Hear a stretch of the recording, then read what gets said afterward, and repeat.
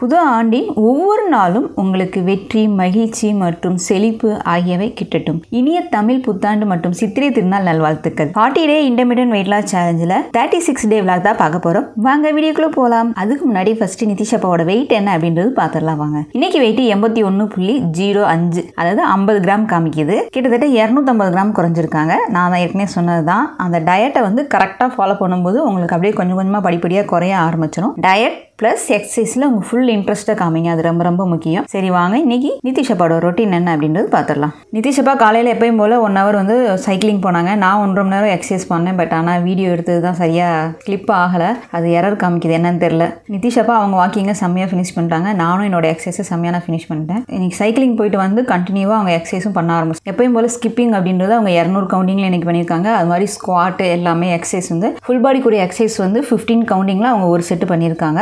மொத்தம் 45 நிமிஷத்துலேருந்து 50 நிமிஷம் வரைக்கும் அவங்க டெய்லி எக்ஸசைஸ் பண்ணுறாங்க. மார்னிங்கில் ஃபஸ்ட்டாக எடுக்கிறது ஆம்லா ஜூஸ் தான் எடுக்கிறேன்.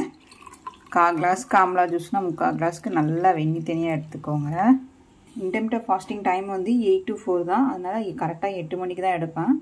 அந்த 8 மணிக்கு முன்னாடி 6 மணிக்கு 5 மணிக்கு எழுந்தாலும் வெறுமான பச்சை தண்ணி தான். காலைல எழுந்துச்சுன்னு சூடாக வெந்நி தண்ணி குடிச்சிடுவான். தாகம் எடுத்தால் தண்ணி, பசி எடுத்தாலும் தண்ணி தான் குடிப்பேன், வேறு எதுவும் எடுத்துக்க மாட்டேன். கரெக்டாக 8 மணிக்கு எடுக்கிறது ஆம்லா ஜூஸ் தான். காலையில் மணி 8:30 ஆகுது. ரெண்டாவது எடுக்கிற ஜூஸ் வந்து வாட்டர்மெலன் தான் எடுக்கிறோம். ஃபஸ்ட்டு வந்து ஆம்லா ஜூஸ் எடுத்துகிட்டு அடுத்து வாட்டர்மெலன். ஸோ 8 மணிக்கு ஆம்லா ஜூஸ் எடுத்துகிட்டு 8:30க்கு எடுக்கிறது வாட்டர்மெலன் தான். 450 ml வரும் இது வந்து. கரெக்டாக எந்த விதமான சுகரும் ஆட் பண்ணாதீங்க.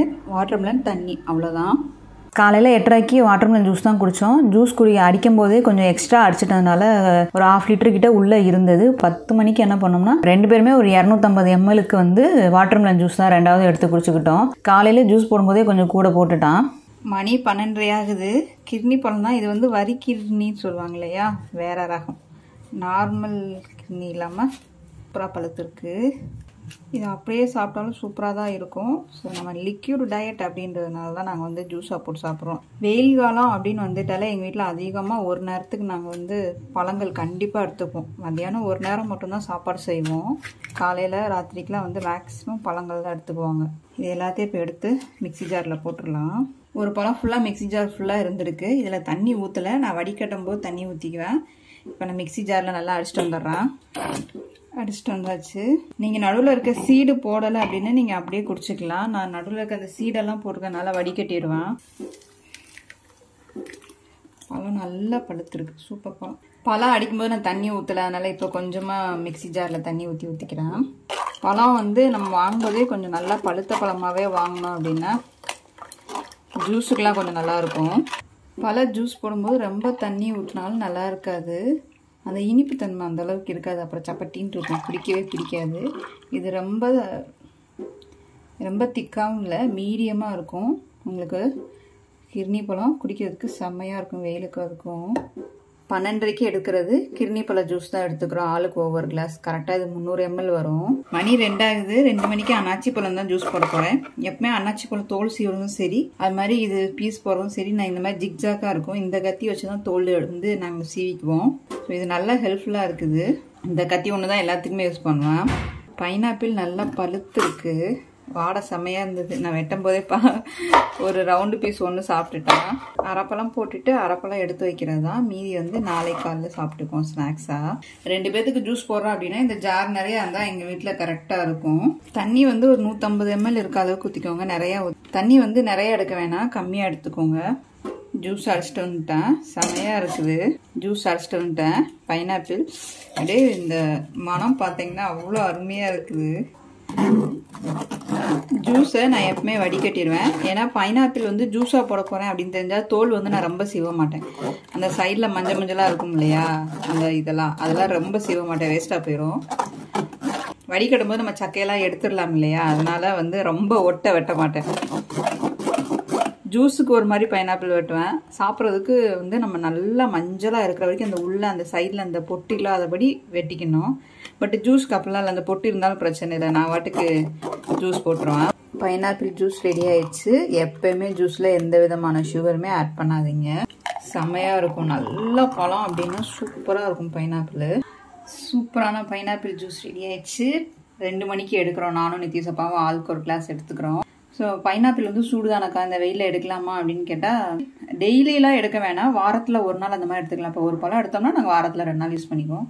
நல்லா பழுத்த பழங்கள் வந்து அந்த அளவுக்கு சூட்டை கலப்பாது. கொஞ்சம் காயாக எடுக்கும்போது தான் நம்மளுக்கு டிஃப்ரென்ஸ் தெரியும். மணி வந்து 4 ஆகுது. வாட்டர்மெலன் ஜூஸ் தான் போட போகிறேன். கடைசியாக வந்து வாட்டர்மெலன் ஜூஸ் தான். எங்கள் வீட்டில் 3 பேருக்குமே வாட்டர்மெலன் ஜூஸ் தான். நிதிஷ் ஸ்கூல் போயிட்டு வந்தோடனே கண்டிப்பாக ஒரு ஜூஸ் எடுத்துக்குவான். அதுக்கப்புறம் ஒரு 5:30க்கு வந்து சாப்பாடு எடுத்துக்குவான். 6 மணிக்கு ஸ்கேட்டிங் கிளாஸ் போனான்னா 8:30க்கு தான் வருவான். அடிச்சுட்டு வந்துடுறேன். வாட்டர்மெலன் வடிகட்டிடலாம். வாட்டர்மெலன் நம்ம கொட்டையோட எடுக்கக்கூடாதுன்னுவாங்க, ஏன்னா சரியாக செமிக்காது. கடைசியாக 4 மணிக்கு நிதிஷ் அப்பாவும் நானும் எடுக்கிறது வாட்டர்மெலன் ஜூஸ் தான் எடுக்கிறோம். நான் கொஞ்சம் திக்காக தான் இன்றைக்கி போட்டிருக்கேன். ஆளுக்கு 300 ml இருக்கிற அளவுக்கு எடுத்துக்கிறோம். இன்றைக்கி வந்து லிக்விட் டயட் 8 to 4 தான். ஸோ 4 மணிக்கு கடைசியாக எடுத்துக்கிறது வாட்டர்மெலன் ஜூஸ் தான். எந்த விதமான சுகரும் ஆட் பண்ணக்கூடாது. வாட்டர்மெலன் ப்ளஸ் தண்ணி, அவ்வளோதான். சாயந்தரமா ரீதம் பாப்பா வீட்டுக்கு தான் போயிருந்தேன். சரி பாப்பா பார்த்து 2-3 நாள் ஆயிடுச்சு அப்படின்னு சொல்லிட்டு பாப்பாவை விட்டு பார்த்துட்டு வந்துடலாம் அப்படின்னு போகும்போது, அம்மா வாங்க அப்படியே வெளியே வாக்கிங் போகலாம் அப்படின்னாங்க. சரின்ட்டு வெளியே அப்படியே வாக்கிங் தான் கிளம்பணும். கிளம்பும்போதே ருத்திக்கு வந்து நடக்க மாட்டேன்டா. சரி வாடான்னு சொல்லிட்டு அவனை நான் உப்பு மூட்டை தூக்கிட்டு தான் போனேன். நிதிஷ் நான் சின்ன வயசுல இருக்கும்போது இப்படி தான் பண்ணுவேன். ஒரு வயசு 2 வயசு வரைக்குமே இப்படி தூக்கிக்கிட்டே தான் வந்து வாக்கிங் போவான். ரொம்ப வெயிட் லாஸ்க்கு அது ரொம்ப ஹெல்ப்ஃபுல்லாக இருக்கும். 6 to 7 வரைக்கும் ஒரு 1 hour கிட்ட நடந்திருப்போம். பாப்பா கொஞ்ச நேரம் நடப்பா. பாப்பா தான் மெயினாக வந்து என்னன்னா, குழந்தைங்க ஒரு வயசுல நடக்க ஆரம்பிக்கும் போது குசியா செம்மையா பயங்கர பிஸியில நடந்துகிட்டு இருந்தா. வீட்டுக்கே வரமாட்டேன்ட்டா. கடைசியில் பிடிச்சி இழுத்து நாங்கள் கூட்டிட்டு வந்தோம். ஸோ குழந்தைங்கள மாதிரி நம்மளும் நடக்கணும், ஓடணும், ஆடணும், அந்த ஒரு இது குழந்தையோட திங்கிங்லேயே இருங்களேன். சீக்கிரமா வெயிட் லாஸ் பண்ணிடலாங்க. நைட்டு கடைசியாக எடுக்கிறது பேக்கெட் ட்ரிங்க் தான் எடுக்கிறேன். மணி வந்து 8 ஆயிடுச்சு. நிதிஷ் வந்து ஸ்கேட்டிங் கிளாஸ் முடிச்சுட்டு அப்படியே 8 மணிக்கு வீட்டுக்கு கூட்டிட்டு வந்துட்டான். 7:30க்கு ஸ்கேட்டிங் கிளாஸ் முடியும் நிதிஷ்க்கு. அவனை கூட்டிட்டு அப்படியே வீட்டுக்கு வந்தான். ஸோ லாஸ்ட்டாக எடுக்கிறது ஃபேட் கட்டட் ட்ரிங்க் தான். அப்படியே கிச்சனை சுற்றி காமிங்க காடினீங்க. இதான் கிச்சன். இப்படியே சுற்றி காமிச்சா இவ்வளோதாங்க. 360 டிகிரிக்கு வந்துட்டேன்னு நினைக்கிறான். ரொம்ப சிம்பிளான கிச்சன் தான், வேறு ஒன்றும் இருக்காது. 4 ஷெல்ஃபில் 4 பொருள் இருக்கும், அவ்வளோதான். ஃபர்ஸ்ட் ஃப்ளோர் ஃபுல்லாக எல்லா விதமான மாவுகளும் வச்சுருப்பேன். செகண்ட் ஃப்ளோரில் பருப்பு ஐட்டங்கள். தேர்ட் ஃப்ளோரில் சில்வர் ஜாமான்கள் இருக்கும். அப்புறம் மெயினாக இன்னொரு விஷயம் என்னென்னா, அக்கா நீங்கள் டெய்லி தான் ஜூஸ் போடுறீங்களா, ஜூஸ் மேக்கர் வாங்க வேண்டியதானே, ஏன் மிக்ஸி ஜார்லேயே போடுறீங்கன்னு கேட்டிருந்தீங்க. இப்போ இருக்கிறது வந்து ரெண்டல் வீடு தான். ஓன் ஹவுஸ் கட்டி போகும்போது கண்டிப்பாக வந்து ஜூஸர் வாங்கணும். அது வரைக்கும் எந்த விதமான எலக்ட்ரானிக் ஐட்டமும் வாங்கக்கூடாதுன்னு தான் அம்மா கொடுத்த கிரைண்டர் மிக்சியோடு சமாளிச்சுட்டு தான் இருக்கேன். ஸோ தேவையில்லாமல் நிறைய பொருள் வாங்கி டம்ப் பண்ணோம் அப்படின்னா நம்மளுக்கும் சுத்தம் பண்ணுறதுக்கு ரொம்ப இடைஞ்சலாக இருக்கும். இன்றைக்கி என்னோட டயட் அண்ட் எக்ஸசைஸ் சரி, நிதிஷ் அப்பா அவங்களோட டயட் அண்ட் எக்ஸசைஸை நாங்கள் செம்மையாக ஃபினிஷ் பண்ணிட்டோம். நீங்களும் அதே மாதிரி ஃபினிஷ் பண்ணிப்பீங்க அப்படின்னு நினைக்கிறேன். இப்போ இந்த வீடியோ பிடிச்சிருந்தா லைக் பண்ணுங்கள், ஷேர் பண்ணுங்கள். உங்களுக்கு கருத்துக்களை மீண்டும் நாளை சந்திக்கலாம்.